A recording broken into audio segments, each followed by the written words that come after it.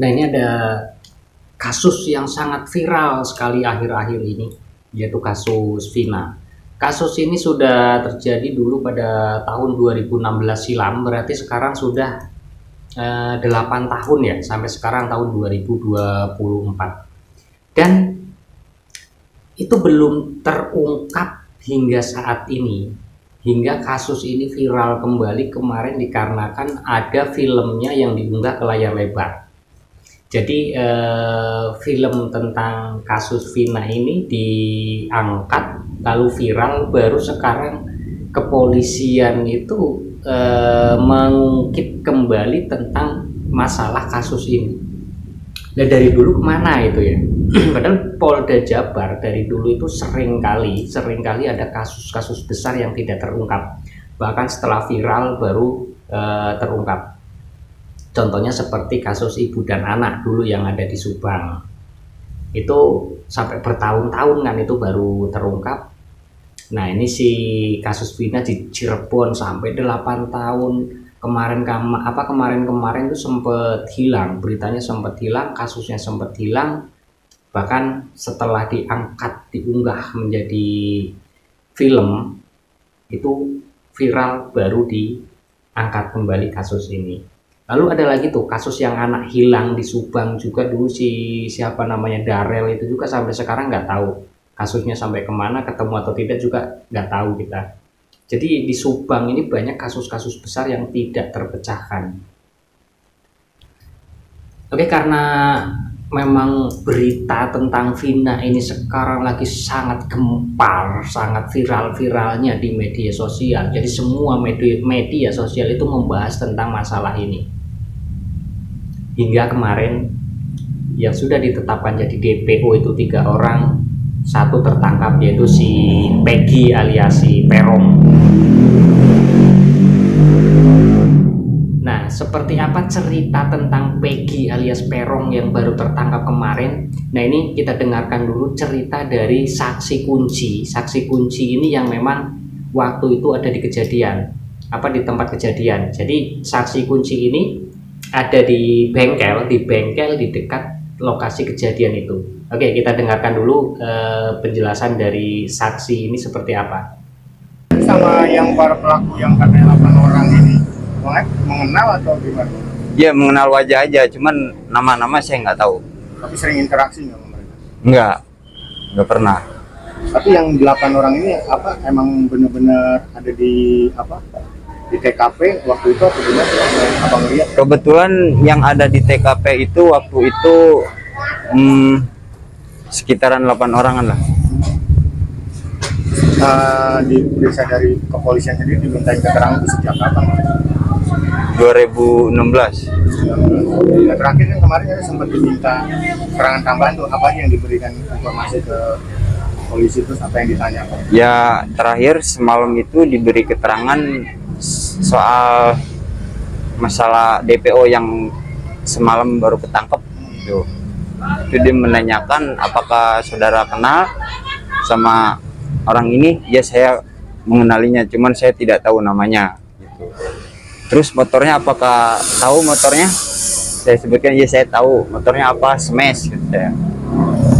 Smash warna pink gitu. Oh, si Peggy ini dulu motornya Smash gitu? Iya. Tapi emang si Peggy ini terlibat atau gimana? Waktu penangkapan itu saudara Peggy itu nggak ada ya waktu penangkapan itu, tapi waktu pas kejadian itu ada. Maksudnya hubungan abang dengan para pelaku atau yang terlibat dengan kasus Vina ini sebatas apa sih? Nggak ada sebatas teman, nggak ada. Saya tahu aja itu anak-anak sering nongkrong di sana di depan bengkel saya. Oh, emang ada tongkrongan? Iya, di situ. Nah, kalau sosok si Peggy ini yang baru ketangkap, Bang, yang abang tahu, gimana sih, Bang? Kenapa? Sosok si Peggy ini yang DPO yang baru ketangkap ini, sehari-harinya yang waktu abang lihat itu dia kayak gimana? Kesehariannya? Dia tahu. Kalau kesehariannya Peggy saya kurang tahu ya. Yang saya tahu itu ya yang dinamakan Peggy itu ya sering kumpul sama anak-anak itu. Gitu, iya, sering nongkrong. Tahun seharian jadi ngapain aja nggak tahu. Nggak tahu kalau keseharian dia ngapain, kerjanya dia ngapain, itu saya nggak tahu. Pas lagi nongkrong aja tahu. Iya, tahunya pas lagi nongkrong aja. Memang setiap sore, kalau nggak sore malam gitu nongkrong di situ. Tapi dari antara semua ini termasuk DPO, bener-bener abang lihat ada di lokasi ya bang? Iya, kalau DPO yang namanya PG itu. Yang udah ketangkep ini 8 orang. Kenapa? Termasuk katanya kan ada yang Saka tuh ya, abang Iya. kenal kan muka-mukanya. Nah, kalau Saka itu saya nggak tahu ya.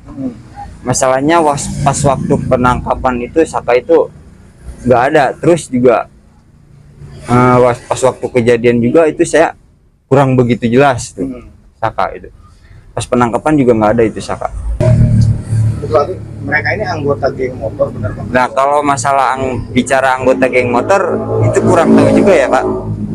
Kalau bicara anggota geng motor saya nggak. Kumpul aja gitu. Ya, cuma mereka sering kumpul aja di situ. Nah, kira-kira keterangan saksi ini janggal nggak sih? Saksi kunci mengatakan bahwa pelakunya itu ada 8 orang, sekitar 8 orang di situ. Dan saksi juga mengatakan bahwa si Peggy alias Perong ini benar-benar memang ada di situ. Berarti dia memang benar-benar paham dan mengenali si Peggy. Tapi ketika ditanya si saksi ini tidak paham, tidak kenal, hanya sekedar sering melihat. Tapi kok paham bener orang-orang 8 orang yang ada di situ, kok saksi kunci ini paham gitu satu-satunya orang. Lalu nih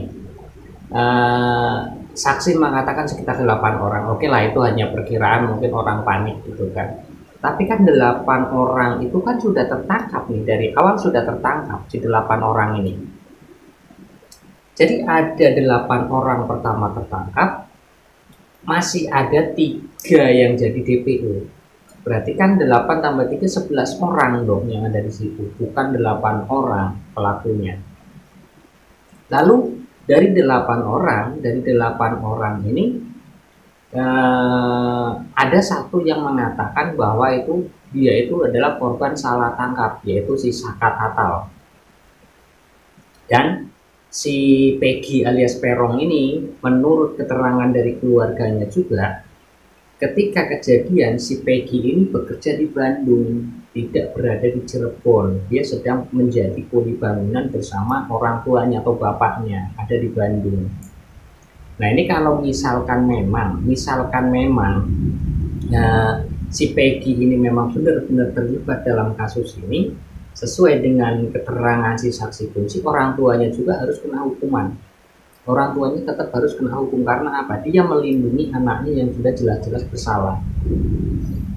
Ya, orang tua pasti tahu dong, orang tuanya pasti tahu kejadian itu kapan. Misalkan sekarang, hari ini kejadian, ada sebuah kasus kejadian, pasti orang tua itu tahu anak ini ada di rumah, atau anak ini ada di Bandung, atau anak ini sedang merantau, pasti orang tuanya tahu. Kalau memang orang tuanya menutup-nutupi, orang tuanya bakal kena hukum juga itu nantinya. Nah, oke, itu dia keterangan dari saksi kunci, dan kita akan membahas tipis-tipis tentang kasus Vina ini. Kita bahas tipis-tipis saja, tidak bahas terlalu mendalam. Kita cari informasi-informasi yang ya sedikit-sedikit yang mungkin kita perlukan untuk mendengarkan informasi dari kasus ini. Oke, kita lanjut ke nanti berita-berita selanjutnya.